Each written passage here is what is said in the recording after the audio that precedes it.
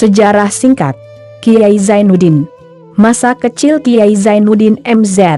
Terlahir dengan nama Zainuddin Hamidi, Kiai kelahiran Jakarta, 2 Maret 1952 ini lebih tersohor dengan sebutan Zainuddin MZ. Huruf M dan Z pada nama belakangnya diambil dari nama ayahnya Turmuzi.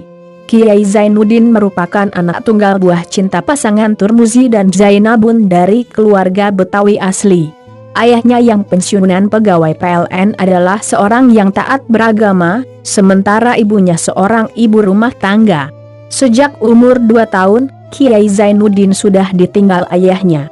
Dan untuk memenuhi kebutuhan hidupnya, Udin adalah nama panggilan keluarganya saat kecil sering membantu sang ibu untuk berjualan nasi uduk. Sejak kecil memang sudah tampak mahir berpidato. Udin suka naik ke atas meja untuk berpidato di depan tamu yang berkunjung ke rumah kakeknya.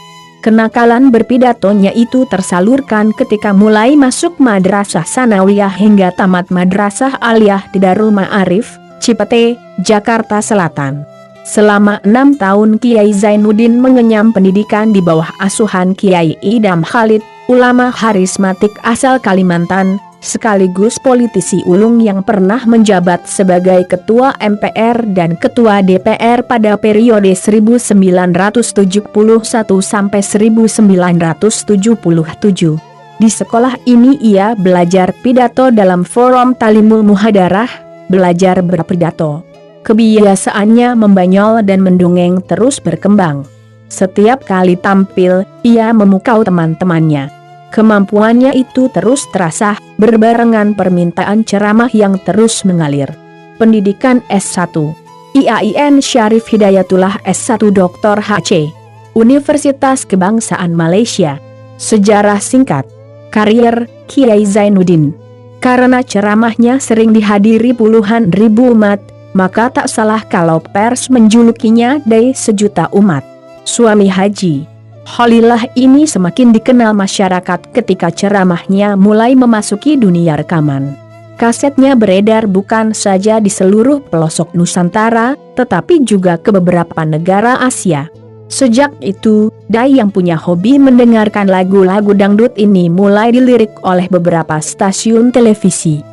Bahkan dikontrak oleh sebuah biro perjalanan haji yang bekerja sama dengan televisi swasta bersafari bersama artis ke berbagai daerah yang disebut nada dan dakwah. Kepiawaian ceramahnya sempat mengantarkan Kiai Zainuddin ke dunia politik. Pada tahun 1977 sampai 1982 ia bergabung dengan partai berlambang Kabah, P3. Jabatannya pun bertambah. Selain Dai juga sebagai politikus. Selain itu, keterlibatannya dalam P3 tidak bisa dilepaskan dari guru ngajinya, Kiai Idam Khalid. Sebab, gurunya yang pernah jadi ketua umum PBNU itu salah seorang deklarator P3. Dia mengaku lama nyantri di Ponpes Idam Khalid yang berada di bilangan Cipete, yang belakangan identik sebagai kubu dalam NU. Sebelum masuk DPP, dia sudah menjadi pengurus aktif P3, yakni menjadi anggota Dewan Penasehat DPW DKI Jakarta. Lebih jauh lagi, berkat kelihayannya mengomunikasikan ajaran agama dengan gaya tutur yang luwes, sederhana, dan dibumbui humor segar, partai yang merupakan fusi beberapa partai Islam itu jauh-jauh hari, sejak pemilu 1977, sudah memanfaatkannya sebagai vote getter. Bersama Raja Dangdut Rhoma Irama, Kiai Zainuddin berkeliling berbagai wilayah mengampanyekan partai yang saat itu bergambar Ka'bah sebelum berganti gambar bintang.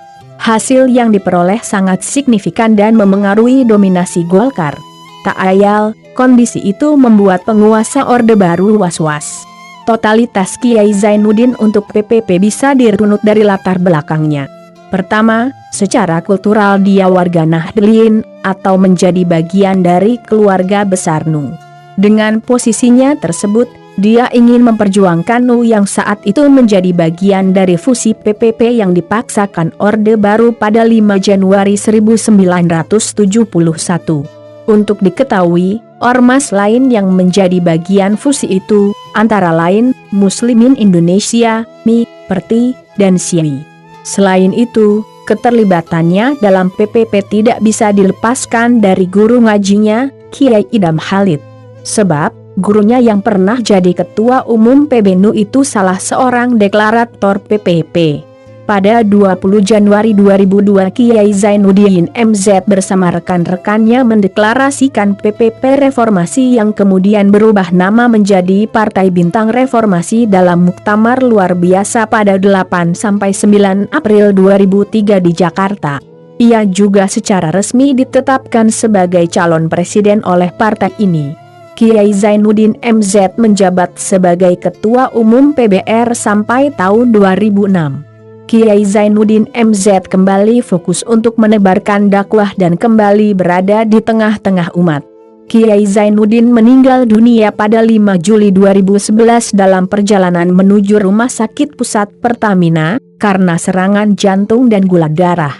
Ia meninggal setelah sarapan bersama keluarga di rumahnya Gandaria 1, Kebayoran Baru, Jakarta Selatan. Demikian sejarah singkat Kiai Zainuddin MZ ini. Semoga bermanfaat dan mari kita bacakan surat Al-Fatihah teruntuk almarhum Kiai Zainuddin MZ. Al-Fatihah.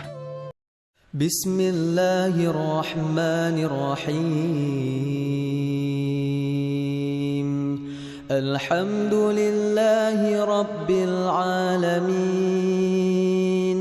Ar-Rahmanirrahim. Maliki yaumiddin. Iyyaka na'budu wa iyyaka nasta'in. Ihdinas siratal mustaqim. Siratal ladzina an'amta 'alaihim ghairil maghdubi 'alaihim waladdallin.